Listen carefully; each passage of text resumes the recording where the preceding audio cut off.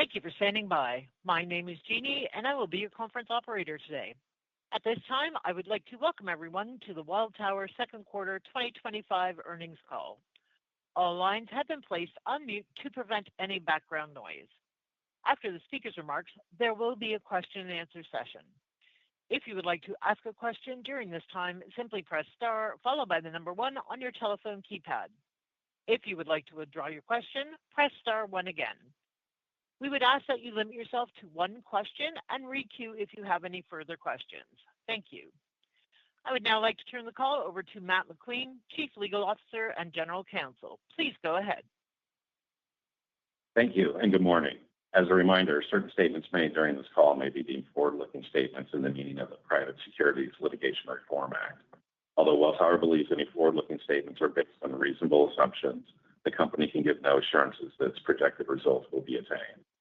Factors that could cause actual results to differ materially from those in the forward-looking statements are detailed in the company's filings with the SEC. And with that, I'll hand the call over to Shankh for his remarks. Thank you, Matt, and good morning, everyone. As usual, I'll review business trends and our capital allocation priorities, and the team will follow the usual cadence. Second quarter marked another period of solid execution across the board at Welltower, from operations to investment activity and a further strengthening of our balance sheet. We also made significant progress on the rollout of our operating platform, which John will discuss shortly. Ultimately, we're pleased to have delivered another quarter of strong FFO per share growth of 22%, exceeding our already high expectations. These results, coupled with increased conviction for the back half of the year, have enabled us to once again raise the midpoint of our full-year FFO guidance, this time by 13 cents to $5.10 per share. For the quarter, we reported 23.4% same-store NOI growth for our seniors housing operating portfolio, representing the 11th consecutive quarter in which the growth has exceeded 20%. Organic revenue growth came in at 10%, driven by 420 basis points of occupancy gains, the highest level of growth we have achieved outside the post-COVID recovery. Notably, our UK portfolio posted a 600 basis points of pickup in occupancy and 27% same-store NOI growth, reflecting strong in-market demand and our favorable positioning of our purpose-built portfolio in highly selective and attractive micro-markets. Growth in RevPOR, reflective of pricing power, was approximately 5% and remained healthy across all regions. We expect a further strengthening of RevPOR in coming years as portfolio and industry-wide capacity continues to diminish. I will also highlight the spread between RevPOR or unit revenue and ExPOR or unit expense remains at historically wide levels, driving additional 330 basis points of margin expansion in SHOP. Our consistent pace of growth has allowed us to achieve two significant milestones this quarter, as both in-place annualized NOI for SHOP assets have surpassed $2 billion, and overall annualized company revenue have eclipsed $10 billion for the first time. While the demand-supply dynamic remains attractive for the industry, we do not believe that the fundamentals alone will drive durable long-term performance in such an operationally intensive business. As in the past, we'll continue to leverage insights from our industry-leading data science platform and Welltower Business Systems to drive additional portfolio and asset management initiatives, efforts we believe have been key contributors to our historical outperformance. For example, from a capital allocation standpoint, over the past 5 years, we have completed roughly $29 billion of investment activity through the scale achieved from our data science platform. But it's often forgotten that we also sold $16 billion worth of assets over the past decade to improve the quality and growth trajectory of overall portfolio as we enter the perceived golden age of the industry. We have painstakingly transitioned hundreds and hundreds of properties over the past few years to best-in-class aligned regional operators to unlock full operational potential of these communities. This includes the transition of 10,000 units Holiday by Atria portfolio, which we announced last summer, the largest portfolio transition to date. For background, Holiday was acquired in 2021 at a price we believe to represent an extraordinary value, but so far it has turned out to be our biggest capital allocation mistake by yours truly. We have increasing conviction that our initial execution plan and structuring was flawed, but regardless of the reason, we consider the deal a failure so far and our biggest disappointment over the past decade, as we have so far been unable to make money for you, our fellow shareholders. As you have come to know, we do not take such shortcomings lightly, and as always, prepared to take decisive action when outcomes fall shy of our high standards. So in the middle of last year, we announced the transition of the portfolio to 6 of our existing regional operators. This was not an easy feat given the size of the portfolio, geographic disruption, and the challenge inherent in any operator transition, coupled with the value-add nature of the original business plan. While we have a long way to go, we are encouraged by the early results. Since the beginning of this year, this portfolio has delivered a 560 basis points of improvement in occupancy, which you are not seeing the benefit of in our reported numbers, as these properties are not yet in same store. I would encourage you to take a look at the slide 13 and 14 of our business update presentation for more details. While the NOI has yet to recover as operators tweak the service model, we're optimistic about the momentum in occupancy and estimate that the NOI will turn the corner in Q4. We believe that substantial upside remains not only from this portfolio, but also other transitions we have announced over the past few years. I'm grateful to the Welltower team for our best-in-class and our best-in-class operating partners for their tireless efforts, and I look forward to providing further updates in future quarters. Shifting to capital deployment, even after announcing a historic level of investment activity in the first quarter, which exceeded the level of acquisitions completed in all of 2024, our investment team has never been busier.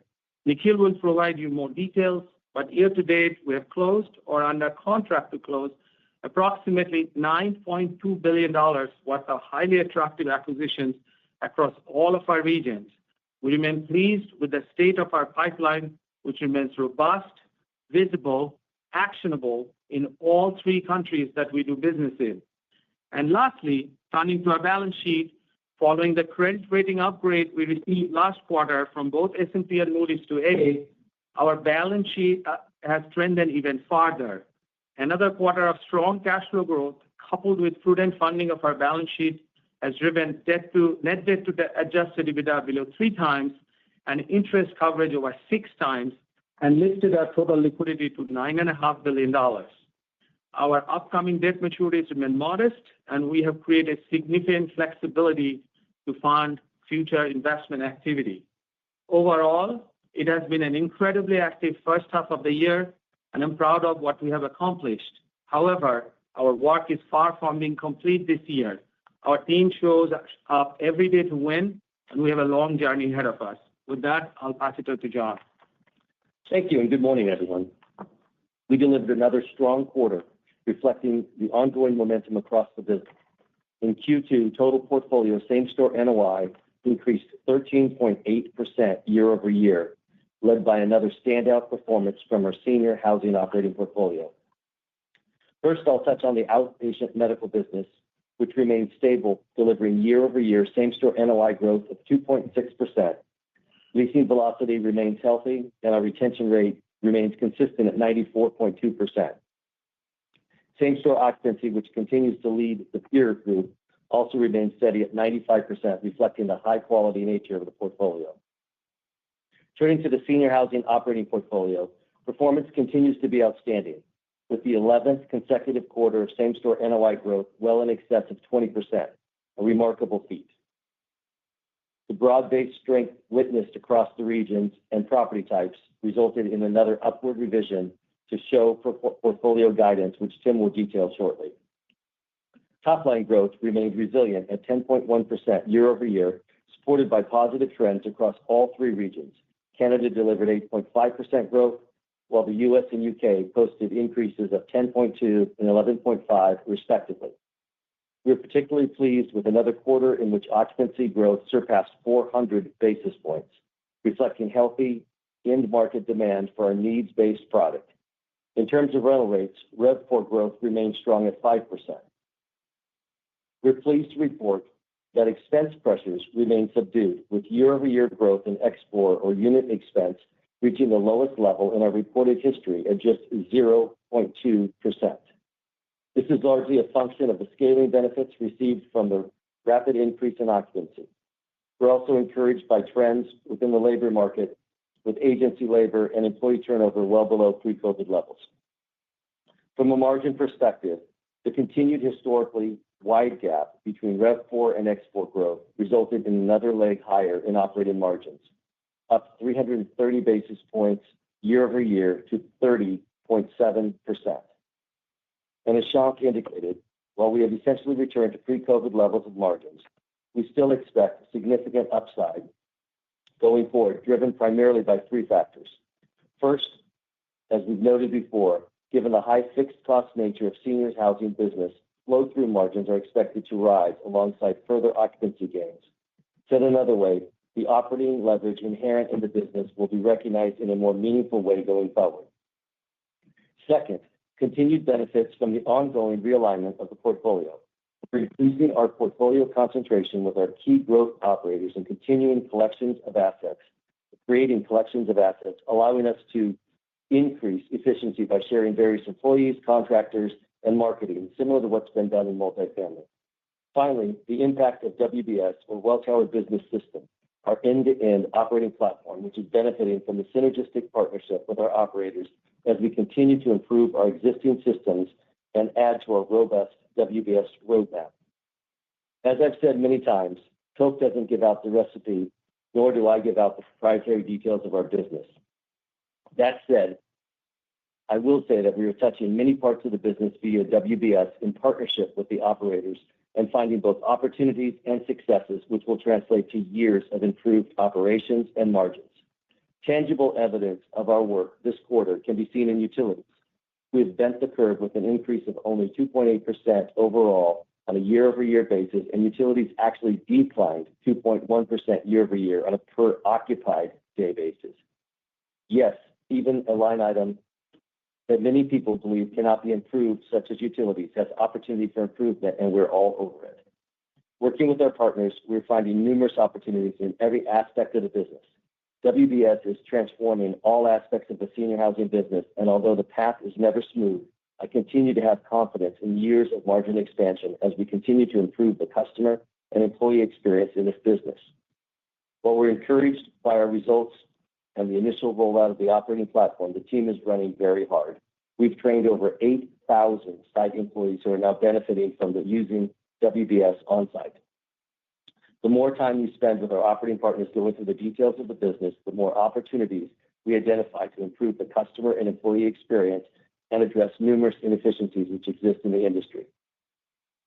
And even after bringing significant operating expertise into the company in recent years, we continue to seek and attract high-caliber talent from outside the industry to bring their experience and share our vision of disrupting the senior housing business, a vision that we share with our best-in-class operating partners who are working shoulder to shoulder with Welltower team to implement the platform while continuing to deliver exceptional care and support to our residents and their families. We continue to be grateful for their unrelenting effort and the quality of care they're delivering. More to come in the coming quarters. And with that, I'll now turn it over to Nikhil. Thanks, John, and good morning, everyone. Since our first quarter call in April, we've expanded our investment activity by an additional $3 billion, bringing our year-to-date closed or under contract volume to $9.2 billion. As of late July, our 2025 activity already exceeds all of 2024 by 50%, and that was the most active transaction year in our company's history. While volume is notable, it's never our measure of success. We remain focused on the quality of assets, the basis at which we acquire them, and most importantly, our ability to execute the business plan and deliver attractive risk-adjusted returns. As many of our friends, family, and peers spent the summer on lakes or golf courses, the Welltower team was out pounding the pavement, engaging in the art of old school deal making, looking people in the eye, shaking hands, and operating with honor and integrity, doing first-class business in a first-class way. Our $9.2 billion in year-to-date activity includes $3.7 billion in closed transactions through the first 2 quarters, with the remaining $5.5 billion under contract and expected to close in the coming months. While we've already discussed the $3.2 billion Amica transaction, the remaining $2.3 billion spans 26 separate transactions, 90% of which were privately negotiated and are predominantly focused on our seniors and wellness housing businesses. This speaks to the depth of our sourcing network and the trust and relationships we've built across the industry that continues to unlock high-quality, off-market opportunities. During the second quarter, we closed on $1 billion of transactions on our balance sheet. Excluding the pro rata portion of our investment in the Welltower U.S. Seniors Housing Fund, our on-balance sheet activity spanned 10 transactions, covering over 2,500 units. Notably, 90% or $900 million of this activity was also sourced on an off-market basis, underscoring our ability to uncover and execute on differentiated opportunities. With a blended occupancy of 76% and a median asset age of just 3 years, this newer vintage portfolio is well positioned to deliver strong cash flow growth and compounding as we execute our business plans alongside our best-in-class operating partners. This quarter's investments also reflect an expansion of our relationships with several key partners, including StoryPoint and Cogier, among others. While strong industry fundamentals can certainly make it more challenging to uncover high-quality opportunities with tremendous upside, our investment activity this year demonstrates that there is no shortage of attractive opportunities if you're willing to work hard and dig deeper. And that's exactly what we're built to do. The transactions that I described weren't just negotiated in conference rooms around the globe. They were also forged in living rooms in Canada, at a pub on a street corner in Paris, on a rooftop terrace in London, and even at the bar at the City Conference at the Diplomat Hotel in Hollywood, Florida. These moments and the people behind them are what makes this business fun. And they're a big part of why we continue to find and create value where others might not be looking. This is also what makes this work so rewarding. As I reflect on our activity this year, I genuinely cherish the many moments where we sat across from counterparties and shook hands on deals built on trust and mutual respect. In a fragmented industry where our opportunity set spans 3 countries and tens of millions of micro markets, with significant variation in operating outcomes across owners and operators, our team continues to identify opportunities to enhance the value of assets under our platform. This is made possible by our exceptional operating partners and our ever-expanding operating moat powered by the Welltower Business System. I want to take a moment to express my deep gratitude to our team and our operating partners. The unity of purpose, clarity of vision, and mutual respect that define our culture are what make this platform so special. We all take the responsibility of being fiduciaries seriously, and it shows in the care, discipline, and passion with which our team approaches every opportunity. We often reflect internally on the quality of the opportunities we continue to unlock, and how, years from now, we'll look back on this period as one that meaningfully enhanced the strength of our business and the quality of our portfolio. The actions we're taking today are laying the foundation for long-term compounding of earnings and cash flow, and we couldn't be more excited about what lies ahead. With that, I'll turn the call over to Tim to walk through our financial results and updated earnings guidance. Thank you, Nikhil. My comments today will focus on our second quarter 2025 results, performance of our triple net investment segments, our capital activity, a balance sheet liquidity update, and finally, an update to our full year 2025 outlook. Welltower reported second quarter net income attributable to common stockholders of 45 cents per diluted share and normalized funds from operations of $1.28 per diluted share, representing 21.9% year-over-year growth. We also reported year-over-year total portfolio same-store NOI growth of 13.8%. Now turning to the performance of our triple net properties in the quarter. As a reminder, our triple net lease portfolio coverage stats are reported a quarter in arrears. So these statistics reflect the trailing 12 months ending 3/31/2025. In our senior housing triple net portfolio, same-store NOI increased 5.1% year over year, and trailing 12-month EBITDA coverage increased to 1.19 times. Next, same-store NOI in our long-term post-acute portfolio grew 2.7% year over year, and trailing 12-month EBITDA coverage was 1.9 times. Moving on to capital activity, we continue to capitalize our investment activity with equity, raising $2 billion of gross proceeds in the second quarter. In addition, we re-entered the bond market for the first time in 3 years with our first issuance as an A-rated credit, raising $1.25 billion in senior unsecured notes across 2 tranches for a blended coupon of 4.825%. This capital, along with retained cash flow, allowed us to fund $1 billion in net investment activity, repay our $1.25 billion June bond maturity, and end the quarter with $4.5 billion of cash and restricted cash on the balance sheet, while driving net debt to adjusted EBITDA to 2.93 times, the lowest leverage level recorded in Welltower's history. As a result of our current capital position and the improvement in outlook for full-year operating results announced last night, we expect run rate net debt to adjusted EBITDA to end the year at approximately 3.5 times, while having added $7.2 billion to our planned 2025 acquisition activity since our initial balance sheet guidance was provided in February. Note that a substantial portion of our acquisitions under contract are expected to close in the fourth quarter, including the previously announced $3.2 billion Amica transaction. Sticking with positive cash flow trends, we announced a 10.4% increase to our quarterly dividend last night. The decision reflects the board's confidence in the durability of our cash flows and our continued growth trajectory. At the same time, we are continuing to improve our cash flow retention profile, giving us greater flexibility to reinvest in high-return, value-accretive opportunities. Lastly, as I turn to our updated 2025 guidance, I want to remind you that we have not included any investment activity in our outlook beyond the $9.2 billion that has been closed or publicly announced to date. Last night, we updated our full-year 2025 outlook for net income attributable to common stockholders to $1.86 to $1.94 per diluted share, and normalized FFO of $5.06 to $5.14 per diluted share, or $5.10 at the midpoint. Our normalized FFO guidance represents a 13-cent increase in the midpoint from our prior normalized FFO range. This increase is composed of 3 cents increase from higher NOI in our senior housing operating portfolio, 7 cents increase from accreted capital allocation activity, 3 cents from increased FX and income taxes, offset slightly by higher G&A.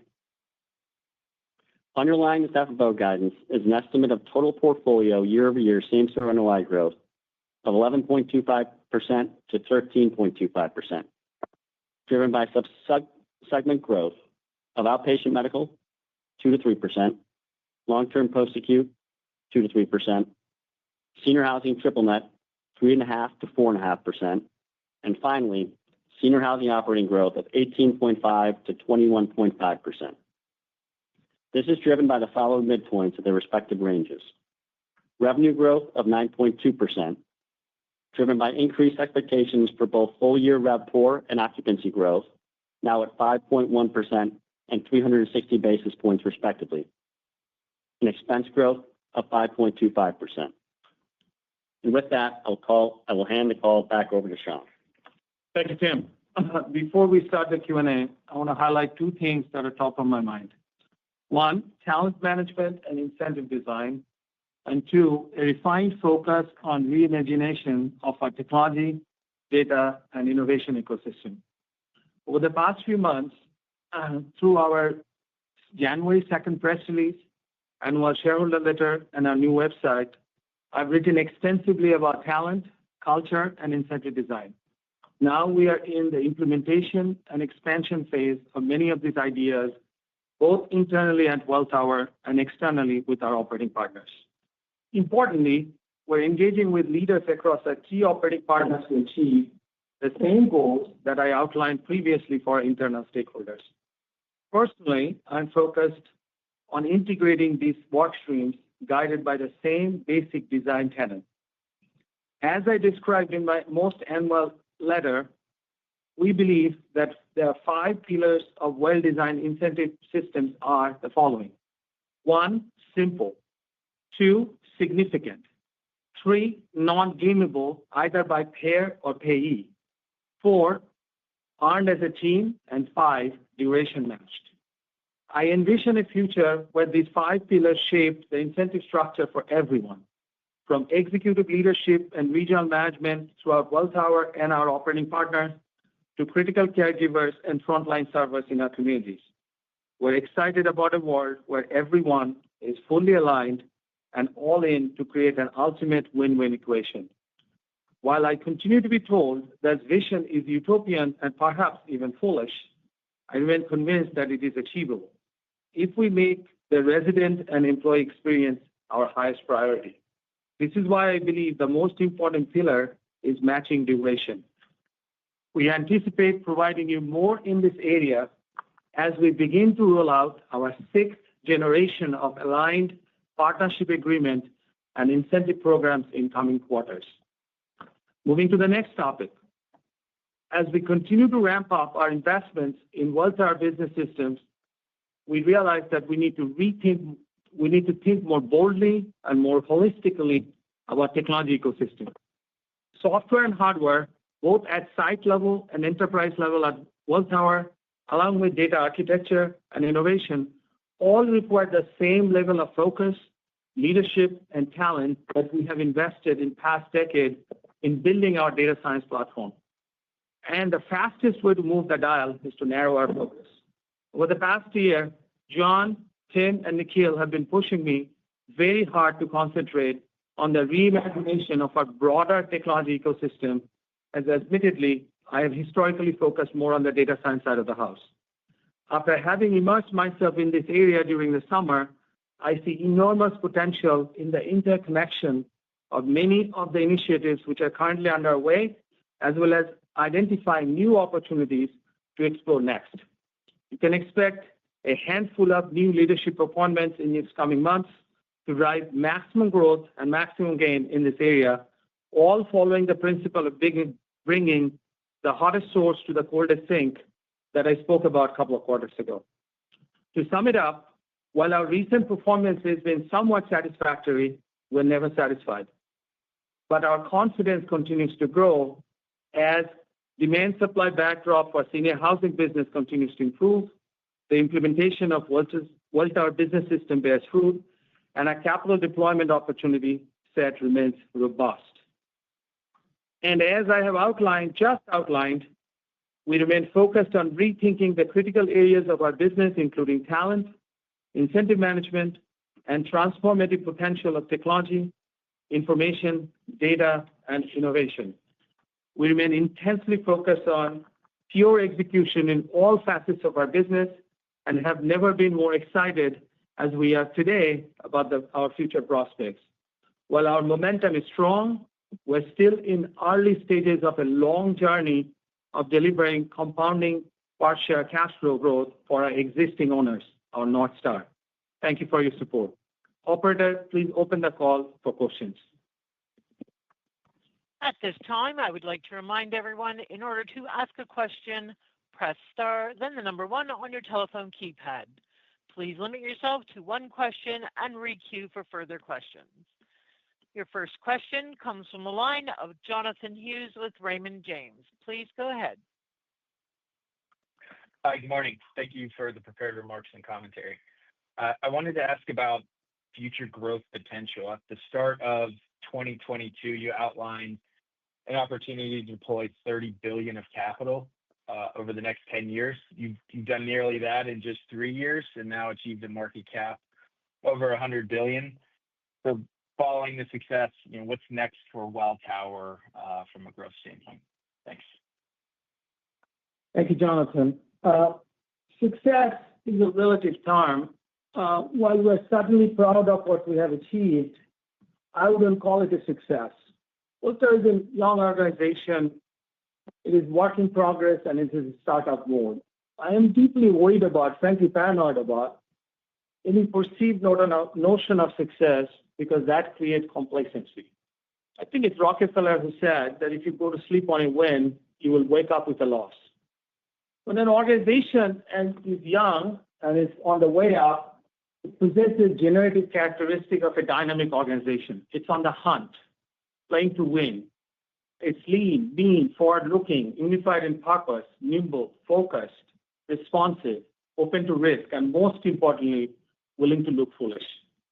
When an organization perceives itself to be successful, degenerative characteristics emerge. We made it mentality brings huddling in storm cellars, playing not to lose, the fear of appearing to be foolish. Culture becomes pervasive where people look in the rearview mirror, become risk-averse, and bureaucracy sets in. And I think I talked a lot about this with you guys for a long period of time. Maybe with size and maturity, some changes are appropriate as you go from sprint to marathon.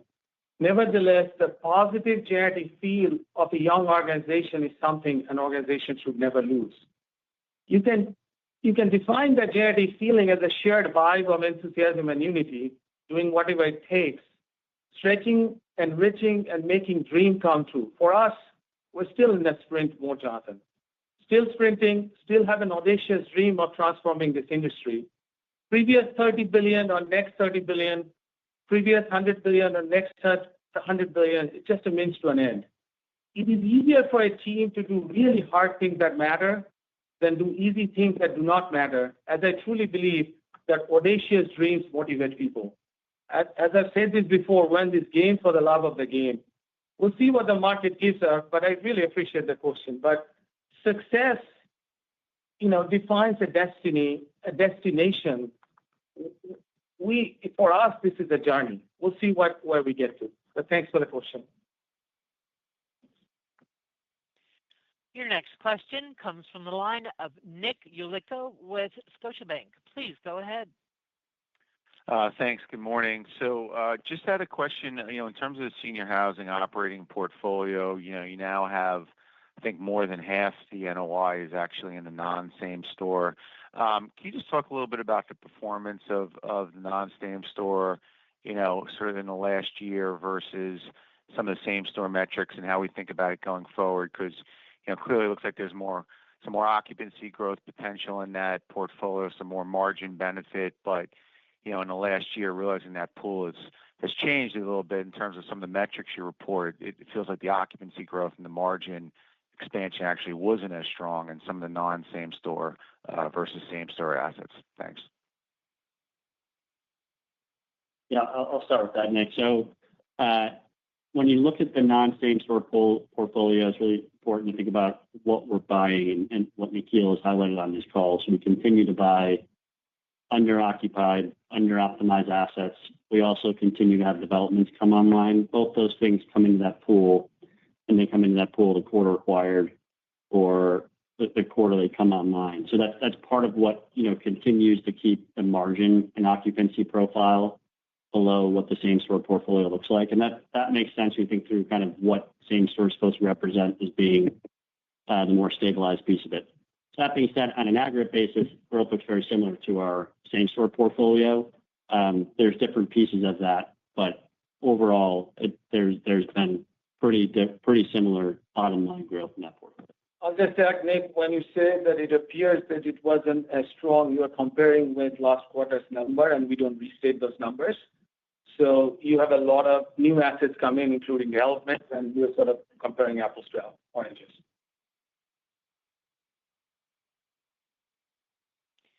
Your next question comes from the line of John Kilichowski with Wells Fargo. Please go ahead. Good morning. Thank you. In your most recent annual letter and on your website, you spent a lot of time on this decade-long journey and harnessing technology and data, but mostly in the context of using your data science platform to inform capital allocation decisions and micro-market selections. But based on your comments this morning, it sounds like your views are evolving with an opportunity to apply the operating technology to improve the customer experience.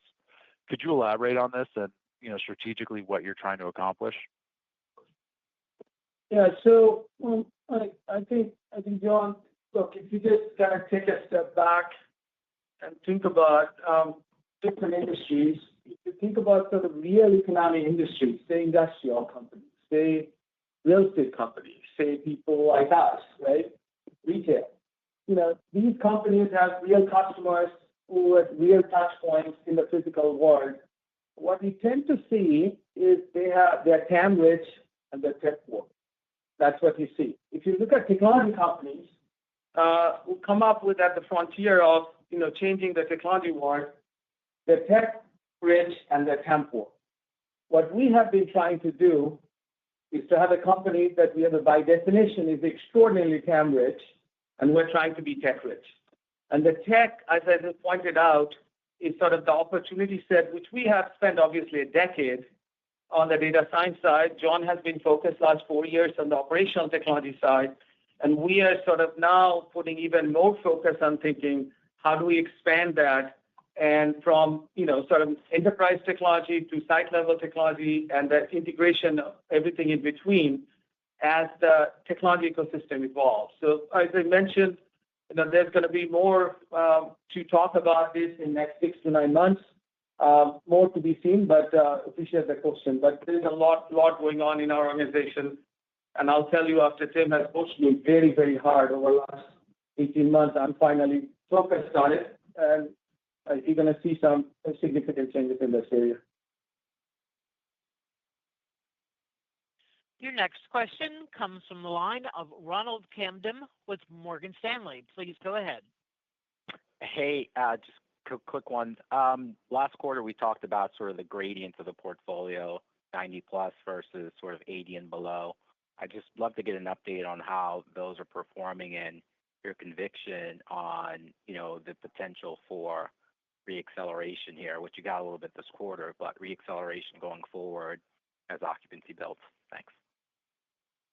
Yeah, well, it really hasn't changed. We sort of think about not below 80 or say, sort of below 75 is sort of RevPAR growth was roughly, call it 1%, 75 to 80, call it, sort of same. But on the other hand, if you look at above 90 to say 90 to 95 is roughly, 5.7, above 95, 6.7. So call it above 90, above 6. That's sort of the gradient, sort of, call it you have below 80% occupancy, you don't have pricing power. You have 90+% occupancy, you have significant pricing power, and it sort of scales in between, right? Which makes sense. It's just basic demand supply. And that's where the excitement is, as, it's just not us who is getting more and more towards, 90+% occupancy. So also the overall industry is getting there. I think you will see, at some point, hopefully, and I think I'm on the record saying it should happen after summer leasing season of next year. We'll see whether that happens. But sometimes in the next 18, 24 months, we should see pricing power probably gets better. But we shall see what the market gives us. Your next question comes from the line of Omotayo Okusanya with Deutsche Bank. Please go ahead. Yes, good morning. Shankh, in your opening, and again, first of all, congrats on another solid quarter. In your opening comments, you talked quite a bit about just aligning incentives, and you mentioned it quite a few times. And I guess I'm just curious. Again, when we kind of take a look at your company in particular, I think since your team has been in place, you guys have increased insider ownership. I can't recall any stock sales in recent times. Just kind of curious as you kind of think about just the overall philosophy around, incentives. Just, you already kind of seem to be moving in the right direction. What's the additional kind of, step you're trying to take in that regard, and what do you ultimately hope to achieve from that in regards to increasing additional, whether it's insider ownership or again more people across the company being tied into the stock? Yep. It's a very important. It's a very, very important observation, Tayo. Actually, our management team, we have never sold one stock in this company. neither I have nor my partners have. It's hard for me to comment on people's personal financial situation. I understand sometimes you buy a house, you do this, you're a wedding or whatever. These things come up in life events. But we haven't. I've never told explicitly to my partners they can, but they haven't because, at the end of the day, I have trouble with companies that sort of tells you that they're the best thing since sliced bread and every opportunity they get, liquidate their own ownership in the company they do. And it just seems, at least it doesn't particularly work well with how I think about the world. As I've written in our foundational document many years ago, look, pretty much all my partners, my entire team comes from little or no strong financial backgrounds. They're all self-made people. So the issue is not the amount. The issue is how much of your personal net worth is on the line, right? That's what we have promised that our shareholders tend to benefit from diversification, but we don't because I don't believe in that should be the case, and that's the way you take away sort of the agency problem. This is a very important problem, important thing to think about as we are thinking about how do we design incentives. Think about what we're trying to do. We're trying to be all in. I just described how we align that. You think about sort of what we expect from our operating partners. They're not diversifying. I have a tremendous amount of respect for privately owned enterprises in this country. And many of those, they think about what my operating partners do. They own their companies, right? We expect them to continue to own their company, right? Through these tough times, you think about I was yesterday with one of my strongest operating partners, StoryPoint in Toledo, where we are now. We're talking with Dan and his team and talking about how difficult the last 5 years have been. All the investments they have done in that company, where that money came from, their own pockets. It didn't come from someone else, right? If that's how I expect them to believe. I was thinking about that comment. I was thinking about 5 years ago, I sat down with Oakmont and StoryPoint with Courtney, and we're thinking about what we want to do the next 5 years, where all this investment in Oakmont came from. It came from Courtney's pocket, right? So why would it be okay for me to expect her to be all in, but not for us to be all in, right? So that's sort of the whole point is what we are trying to do an incentive perspective from everybody from executives at Welltower to the executives at our operating partner to all the way to the people who work in the communities. They're defined by the same structure. They're defined by the same shared success. And I think that's possible. It's complicated, but it's possible if we prioritize resident experience and employee experience as a top priority. And if we can do that, I think we'll take this industry to a level that has never been seen before. But it remains to be seen. Your next question comes from the line of Juan Sanabria with BMO Capital Markets. Please go ahead. Hi, good morning. Thanks for the time. Just hoping, Shankh, you could, or Nikhil, talk a little bit about the competitive dynamics for investments. A lot of what you're buying seems to be newer product under lease. Just curious on the runway for that type of product as the industry kind of approaches pre-COVID levels or 90% next year or shortly thereafter. And just the financing environment more broadly just for seniors housing. If you could. Yeah, I think one really comes down to whether it's occupancy or it's other aspects of the business plan. Is there an opportunity to find transactions, find assets where we can improve the cash flow profile? Right. I think there is no shortage of opportunity there, given everything that John and the team are working on to optimize the cash flow profile. So whether it's occupancy optimization or rate optimization or other aspects of the business plan, that is given how fragmented the industry is, given how varying the outcomes are under different operators and owners, we don't think really there is any limits to finding opportunities to enhance cash flow profile of assets. And so as seen by our activity, that you continue to find those kind of opportunities. You have to work harder. You have to look in places we typically haven't looked at in the past, but there's no shortage of opportunity. And I'll just add one, obviously, question is a very important one. Look, at the end of the day, investing capital and making money is not the same thing. We're focused on obviously finding opportunities where we can make a strong risk-adjusted return for our owners. Making money is hard, right? And let me tell you what is harder. Making money at scale is much harder. And we believe that is making money at scale is not just a function of your capital allocation acumen, which is important, right? It's a necessary but not a sufficient condition. What's necessary on top of that, what is an asset worth in your own hands, right? So all these investments that for the last decade we have made from our data science platform to what our business systems is all designed to do just that. So far, it seems like we have no doubt of opportunities. We'll see what market gives us. Your next question comes from the line of Nick Joseph with Citigroup. Please go ahead. Thanks. You talked about the run rate of 3.5 times leverage and kind of the debt offering this year, re-entering the debt markets and obviously the equity. So how do you think about the optimal kind of capital stack going forward, particularly given the amount of acquisition and investment opportunity that you're seeing today?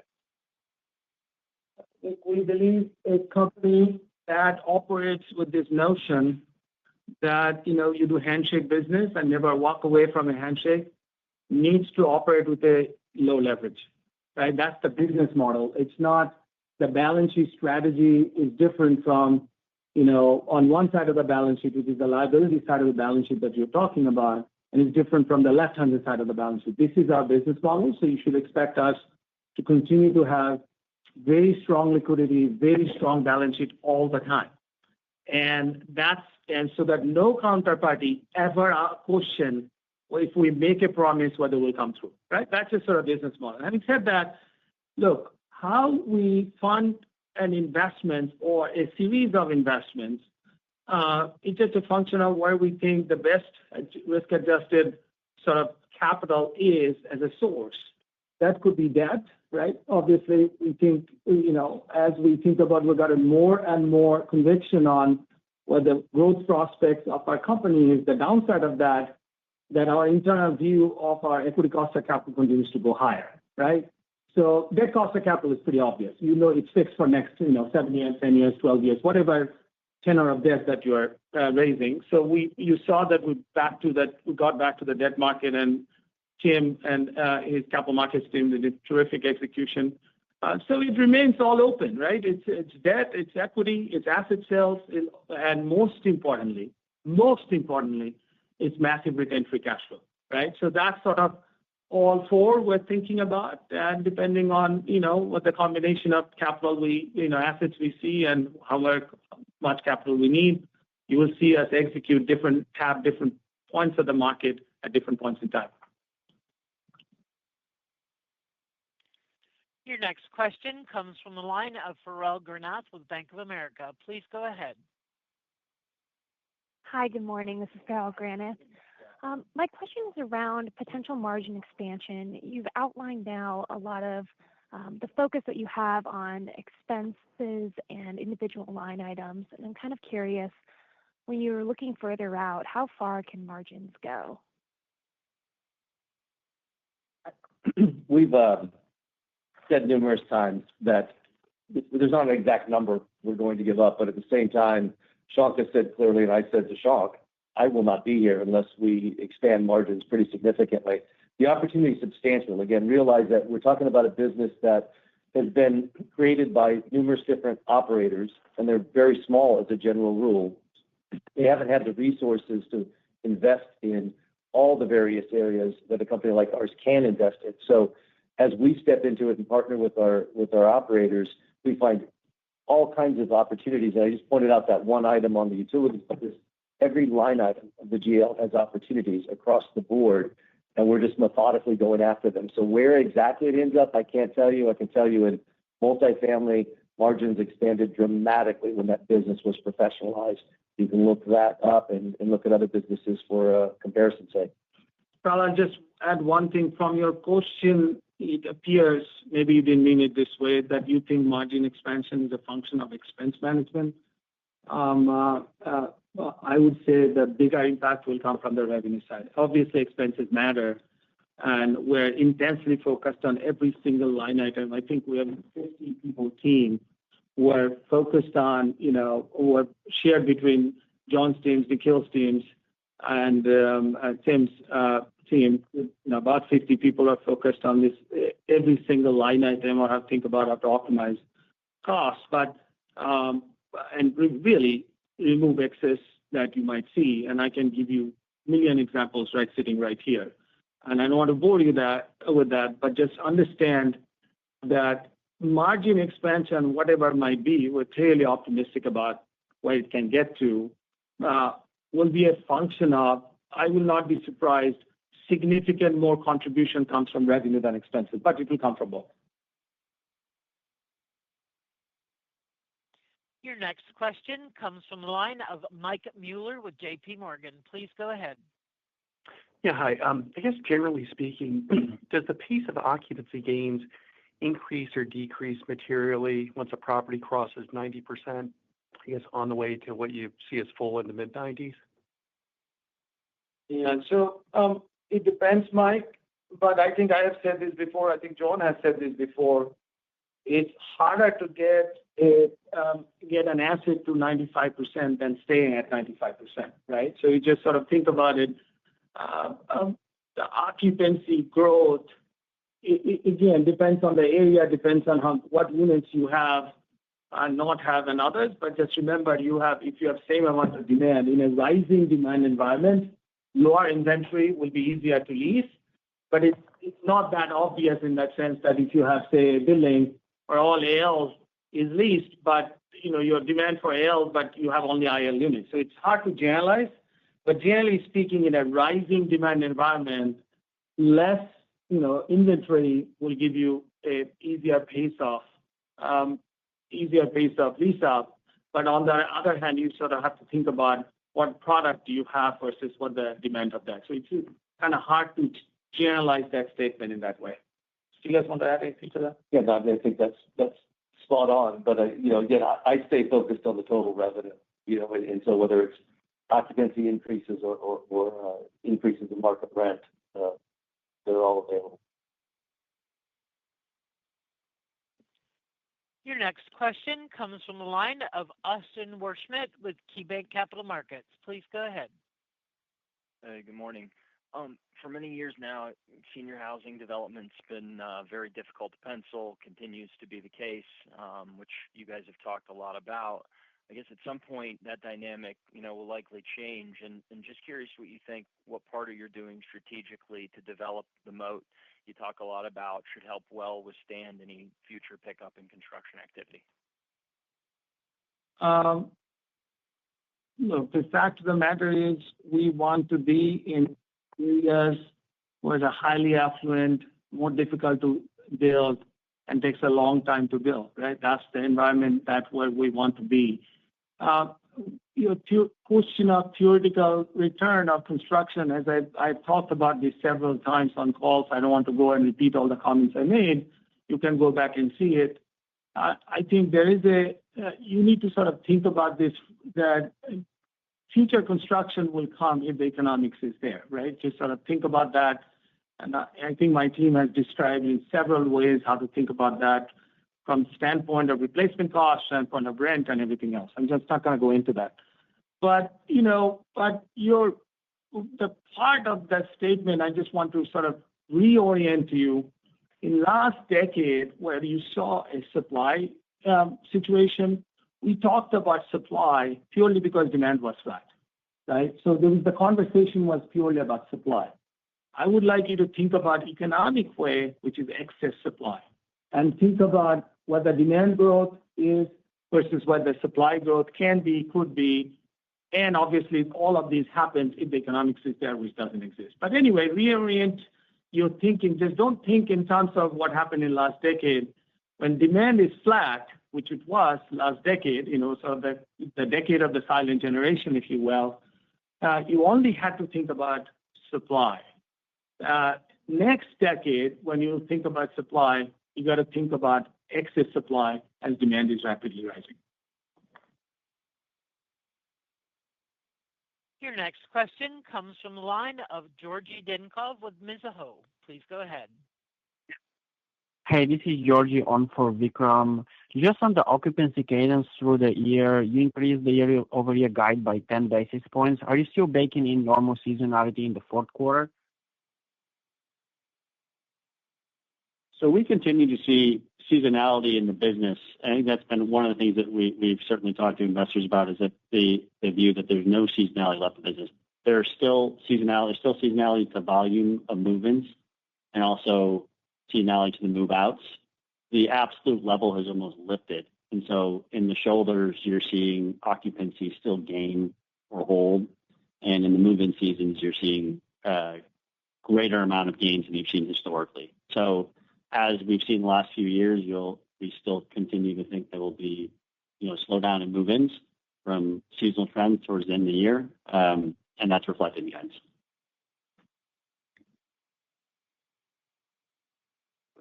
Your next question comes from the line of Wes Golladay with Baird. Please go ahead. Hey, good morning, everyone. Can you give us an update on the private fund business? It looks like you have about $280 million invested to date. Have you deployed the capital, and do you have any debt at the fund level? Well, we have talked about that we'll give you an update after the fund is closed, which I said that will happen by end of the year.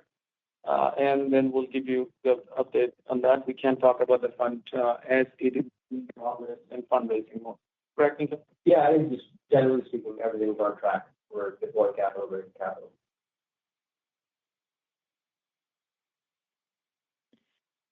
Your next question comes from the line of Mike Carroll with RBC Capital Markets. Please go ahead. Yeah, thanks. John, I want to circle back on your comments about the WS or WBS platform. I mean, how should we think that this platform will drive margin expansion? I mean, are the benefits more unique to each individual community as Welltower needs to collect the data and figure out the best way to create value at that specific community? So is it difficult to kind of put it all in one bucket and say you're going to drive margin expansions this way just because it's so unique depending on what operator you're working with? Yeah, no, there's a good question. There's really more commonality across the properties and the system. You're right on the data. The more data we get, the more effective we are. And the more we get into the processes, the more effective we can make them. So it does rapidly build on itself, but there's a lot of consistency across the board as we're looking at how we're executing. So the challenges come in the sense of we're working with a lot of people. As I said, over 8,000 people we've brought onto the platform, which is truly stunning.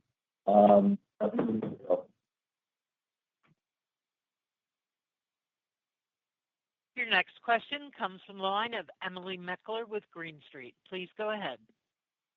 Good morning. Thanks for the time. Are you starting to see a slowdown in leasing in your wellness housing portfolio given the softening of the housing market? Emily, I wouldn't say we're seeing slowdown because the growth sort of still has continued 10+%. But I will say that if you look at some of the sequential occupancy growth, it was dragged down by some wellness housing sequential. I'm purely talking about in the quarter. And that was because last year we had a bunch of a lot of new openings from the prior year, which hit the quarter, sort of hit the same store, but this year we didn't. But frankly speaking, that business continues to amaze me. The age-restricted and age-targeted communities we own continue to, NOI continues to grow at low double-digit, 10-12% years in, years out.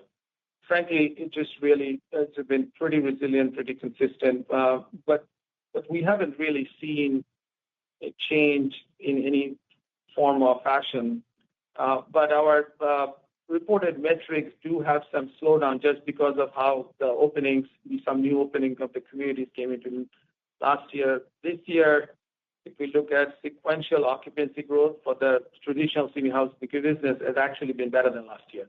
But overall metric looks similar and slightly lower just because of the point you made. But that was a function of new openings, not a slowdown in the business. Your next question comes from the line of Jim Kammert with Evercore. Please go ahead. Good morning. Thank you. I was thinking about the persistent supply-demand imbalance in the seniors arena. Does that translate to a financially meaningful opportunity set for Welltower, sort of the redevelopment front? And your data says this is an A location from a demographics and other attributes, but the inventories are kind of C assets. Does that math work, and is that a meaningful market opportunity? Thank you. Yeah, no, that's a great question, and there's no doubt strategically we've seen an opportunity in our portfolio. I've talked about it previously. Our assets are, roughly 17 years old, which is really the sweet spot. The infrastructure is in good shape, and we can improve the value proposition for the customer and get a wonderful win-win situation, wonderful return. What we're doing is providing like new experiences at a time when there really are very limited, if any, new product that's online or coming online. So yes, it is a tremendous opportunity built a team to lean into. I will just catch the last portion of your question, which is, can you make a C product, put capital and make an A product? The answer is almost in all places no. If the product market fit is not right, if the bones of an asset is not good, there's nothing you can do, right? So we're sort of focused on, sort of the value add opportunities.